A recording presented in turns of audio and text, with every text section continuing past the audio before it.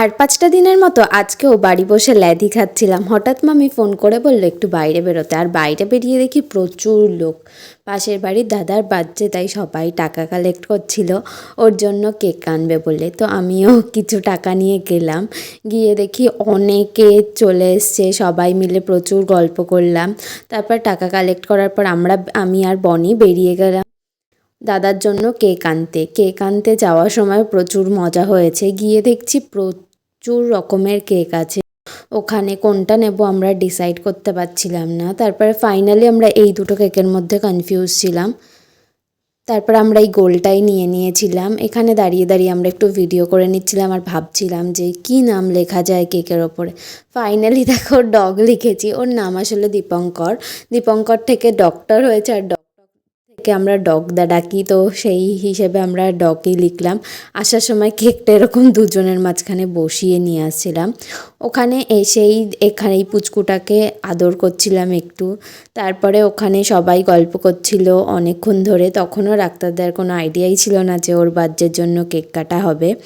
অনেকক্ষণ গল্প করার পর বৌদি দেখছিলাম ঝগড়া করছিল, তাই বৌদিকে একটু ভিডিও করে নিলাম আর বলছিলাম তোমার ভয়ই আমরা আর বিয়ে করতে পারবো না, এইসব বলছিলাম। তারপরে মামি একটু চা করে দিল, চা খেয়ে নিচ্ছিলাম। শীতের দিনে কিন্তু চা খেতে বেশ ভালোই লাগে।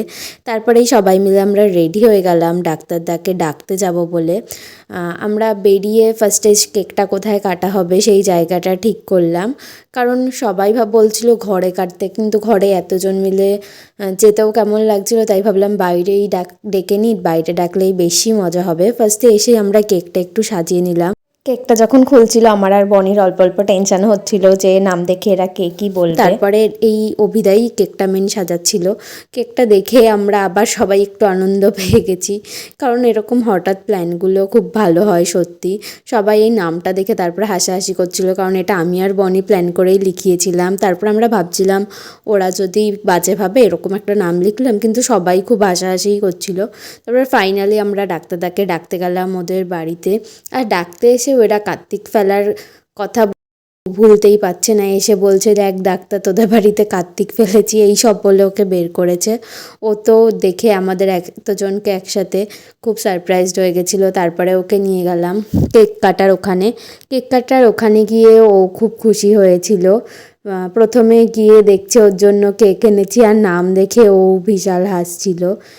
তো তারপরে দেখো কিভাবে আমরা কেকটা কাটলাম কত মজা করে।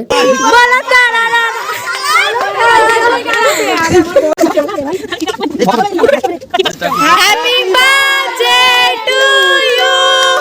Happy birthday to you. Happy birthday dear Dada.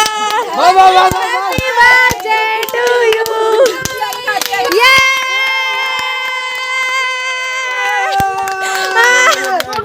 প্রচুর মজা করে কেক কাটা হয়েছে, আর কেক কাটতে কাটতে সবাই নাচছিল।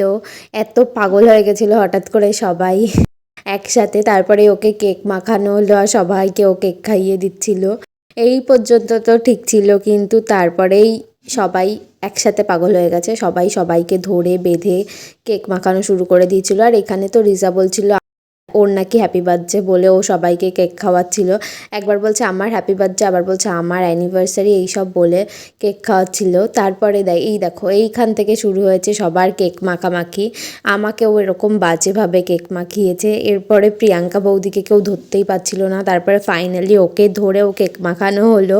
দেখো খুবই বাজে অবস্থা হয়ে গেছে এই কেক মেখে। তারপরে তো সবার মনে পড়েছে স্কিন খারাপ হয়ে যাবে, একসাথে সবাই মুখ ধুতে ছুটেছে। আর এইখানে ওই দেখো সব পাগল হয়ে গেছে একসাথে। এই কেক কাটার পার্ট শেষ করেই আমরা চলে আসলাম একটু আমাদের সরস্বতী পুজোর প্ল্যান করতে। সরস্বতী পুজোর সামনে, আর আমরা ভেবেছিলাম সবাই একসাথে সরস্বতী পুজো করব এইবার, তাই সেগুলোরই মিটিং করতে আমরা বসে গেছিলাম মামির ঘরের সামনে। সবাই এসে বসেছিল, আর অনেক রকম আলোচনা হচ্ছিল কীরকম প্যান্ডেল হবে, খাবারের কী মেনু হবে, সব কিছু আলোচনা করছিল।